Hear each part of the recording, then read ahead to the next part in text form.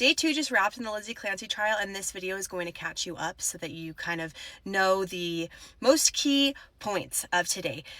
One of the key points were they played the 911 call of Patrick when he had found Lindsay and when he had found the children. He didn't even realize that he was still on the phone with 911 when he went down into the basement. This was Lindsay just shaking, sobbing. They didn't actually play the 911 call for the media. It was only those that were in the courtroom. There was a court order before this case even started, and they said, okay, like, we will disclose it because it's actually, people say in the courtroom that there were sounds coming out of Patrick's mouth that they have not even heard a human make. So the state's continuing to question Patrick, and they say, were you the one that clicked on a link on your laptop August 22nd or August 23rd that said harming methods? And he said, I don't think so.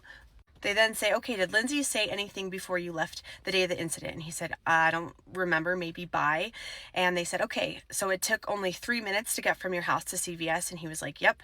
So they show the surveillance footage, and they say, and then Lindsay sends you a text saying what you need, which is Pedialyte. So when he gets into CVS, he sees that only the generic brand is available. So he calls Lindsay. Lindsay doesn't answer. Then she calls back for 14 seconds, and he says, hey, this is the type of brand. Is that okay? And she says, yep. He said that she sounded really busy. Maybe she was giving the kids a bath. From CVS to the 3V restaurant, it was about 10 minutes. They showed surveillance of him walking into the restaurant, grabbing the food, coming back. He immediately went home, parked in the driveway. Lindsay's car was also in the driveway. When he went home, he came through the sliding back door. He said it was eerily quiet, so he called out to see if anyone was there. No answer. And he opened the basement door. The light was on, which he said is normal, and he didn't get a response. So he calls Lindsay's phone, no answer. So he goes up to the stairs, tries their bedroom door, which is locked. He finds a spare, opens it, and he takes about 2 steps into the bedroom when he sees a big puddle of, blood on the floor. And he said it almost looked just like a hose that was sprayed. He saw that the window was open because wind was blowing through. So he immediately ran downstairs. So Patrick and Lindsay's master bedroom is actually the top right window, and he went outside and directly saw her underneath. He saw her wounds, did not really understand how serious they were, but immediately called 911 and just stayed with her until the first responders arrived, which is only about 5 minutes.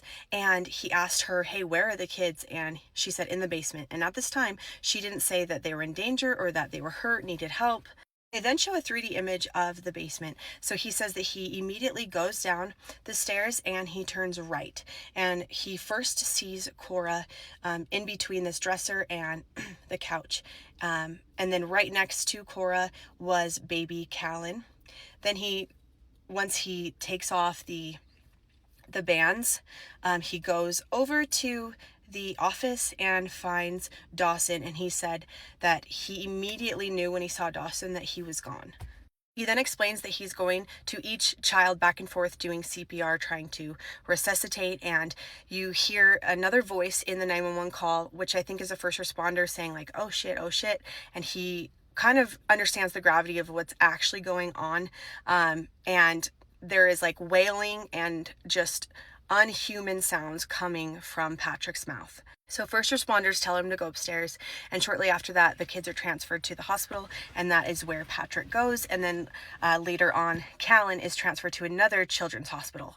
So then the state asks, were you ever told to not leave Lindsay alone with the kids? And he says no. And she said, okay, well, did Lindsay ever say that she wanted to hurt the kids on that day? And he said no.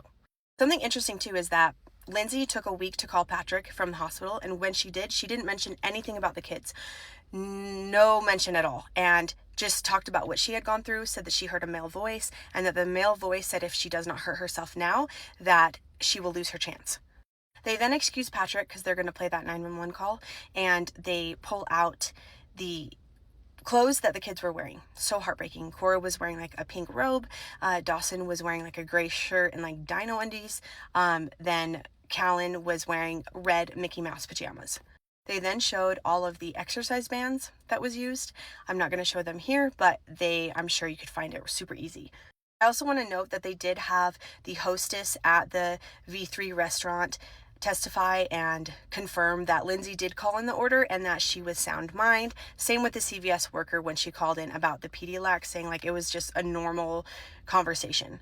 So then it's cross-examination for Patrick, and we learned that Kevin Reddington, Patrick and his brothers actually visited the house a couple of days after to collect certain pictures and evidence.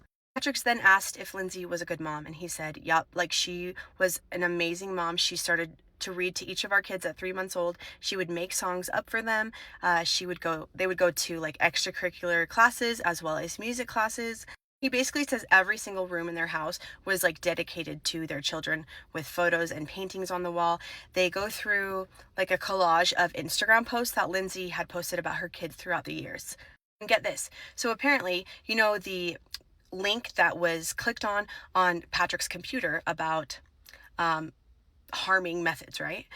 Well, he was also researching and listening to an artist called Tom Hall, and his Wikipedia talks about how this artist passed away, which was from, S.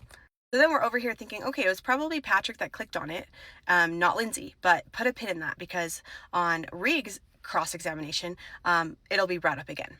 They then go through a notebook that Lindsay kept, which was like a log chart of how she felt and how much dosage she would take of her medicine daily. And it was next to a book that was titled, Good Moms Have Scary Thoughts. They then jump to Nurse Paul. Now remember, it was the nurse that she was seeing before she was seeing Dr. Tuft. So he's like, okay, what prescription did she get prescribed? And he was like, I don't know. And then they're like, okay, did she do it on Zoom or in person? And he was like, I don't know. Then he says, okay, when she was prescribed Seroquel from Dr. Gelada, did that make her better or worse? And he says worse. Like she had major anxiety, was rocking back and forth on the couch. They ended up both going in person December 6th and was saying, hey, I want to get off of this. And she basically prescribed Lindsay Valium to get off of the benzos and also bumped her milligram for Seroquel up to 400 milligrams. They talk about how sometimes she would try to take a weed gummy to get better sleep. That wasn't a surprise to Patrick. And then he says when she actually was an inpatient at McLean that Dr. Goodhart didn't give her any more prescriptions, but only suggested she tell her regular doctor to try Cymbalta. Her attorney also mentions that Patrick and Cora went on a trip to New York for 2 nights and that Lindsay watched the kids, and then also that he would often like weekly go to brunches with, buddies. And so why would she choose to harm the children in that small window of 40 minutes? Then there's more context shed with those 9 pill bottles found in Patrick's car, and those were all discontinued pills. So basically when she was getting a new dose, she would give those to Patrick so that Patrick could dispose of them. Her attorney then goes next to Patrick and with like the drawer of the nightstand and just like one by one picks that she had 6 in the nightstand, 6 different bottles, and that wasn't even ones from the kitchen. Then they show the actual prescriptions filled from CVS, and that is long.